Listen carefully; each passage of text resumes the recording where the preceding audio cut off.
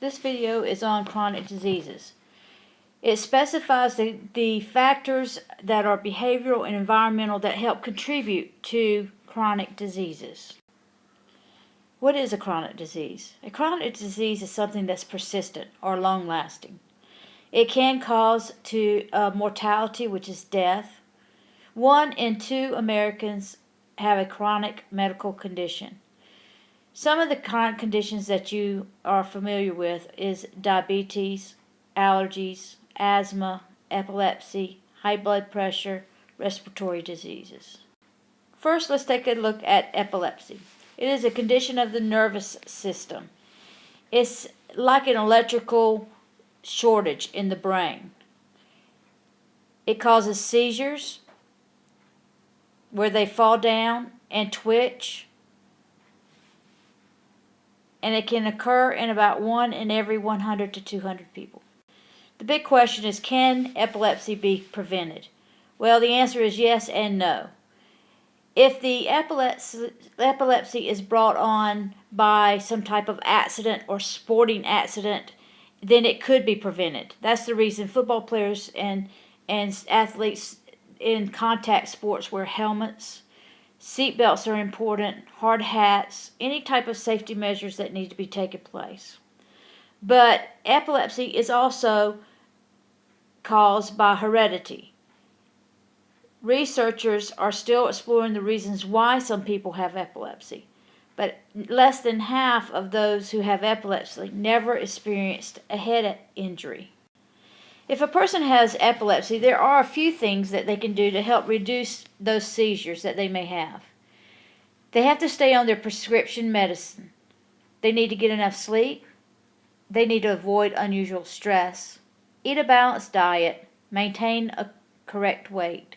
See a doctor on a regular basis, and keep their immunizations up to date. Here's a list of some famous people with epilepsy. Many times, you will never know that a person has epilepsy unless you encounter them having a seizure at that time. So epilepsy does not prevent you from doing the things that you want to do, as long as you take the precautions that you need to take. Now let's talk about allergies. An allergic reaction to something is when your immune system is fighting the germs or bacteria. If you have allergies, then your immune system is treating allergens such as pollen or mold or dust mites as if they are invading your body. Many of us have allergies, and here are the most common ones. Allergic to certain types of drugs or medications. Dust. Allergic to some types of foods. The biggest food allergy we have now is peanut allergies. Some people are allergic to insect bites, mold, pets, and pollen. Some of the symptoms that one might have from allergies is breathing problems where they may cough, be shortness of breath, burning, tearing, or itching eyes, a headache. They may break out in hives, which are red splotches, have a runny nose, or even have wheezing. There is a process that people go through when they go to the doctor to test if they have allergies or what they have allergies to, and it's called a skin test, where they prick your skin with different types of allergens in different spaces and see if your body reacts to them. There is another type of test that is done, which is a blood test, and this is also used to see the type of allergy-related substances that you may be allergic to. Allergies are treated with medication, antihistamines, cortisoids, and decongestants. Allergy shots is usually recommended if you cannot avoid allergies. Many people go to the doctor once a week to get their allergy shots. Some of us do not have allergies that bad, so allergies are treated with over-the-counter things like Benadryl.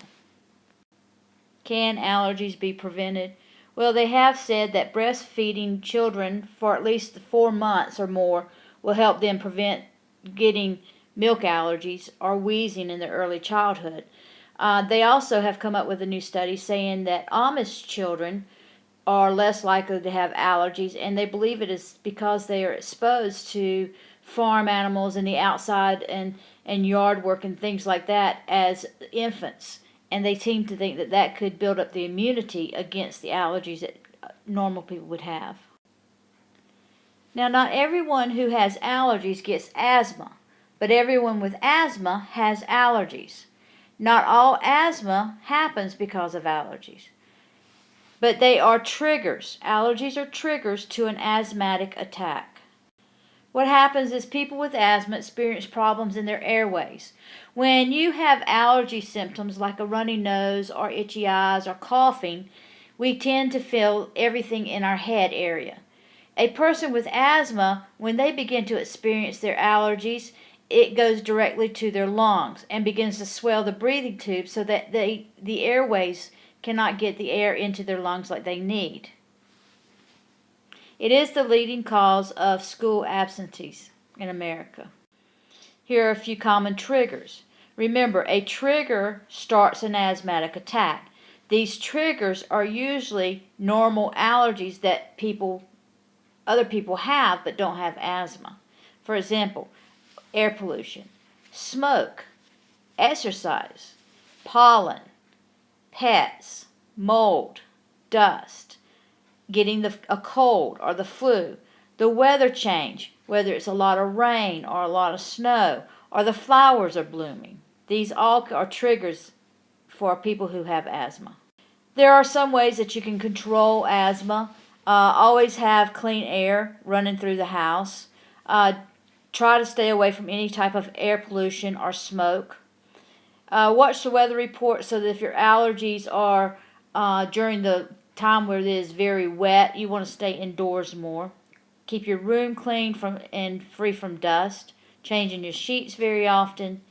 Staying away from fresh cut grass or fresh blooming flowers. And always keep your medicine on hand at all times. Another chronic disease that we need to address is diabetes. Diabetes is a disease where the high levels of sugar in your bloodstream occurs. Type 1 diabetes occurs at any age. It is not able to be prevented. A type 1 disease means that your pancreas is not functioning properly in order to disperse insulin throughout the body. The cause is really unknown. But type 2 diabetes, on the other hand, is what most adults have. But now we are seeing more in teenagers and young children. And this is due to the cause of the obesity rates that's been on the rise. Some symptoms of diabetes is blurred vision, excessive thirst, fatigue, which is extremely tired, frequent urination, hunger, and weight loss. One way to control your diabetes is to control your blood sugar and your blood pressure levels. This all helps reduce the symptoms or the byproducts of diabetes like strokes and eye disease. Some of the results of diabetics, they may encounter heart disease, high blood pressure, blindness, kidney disease, nervous system disease, and have to have some type of lower extremity amputated because of the lack of blood flow in your extremities. Now, this is very important that you understand that there is no way to prevent type 1 diabetes, but there is prevention for type 2 diabetes, and that is exercise and keeping an ideal body weight. And who is responsible for your weight? You are. 1 in 4 Americans eat out at fast food restaurants. They order supersized Cokes and fries and Big Macs. 60% of all adult Americans are either overweight and obese. So paying attention to what you're putting into your body is very important to prevent diabetes, but also to help control it if you are already diagnosed with it.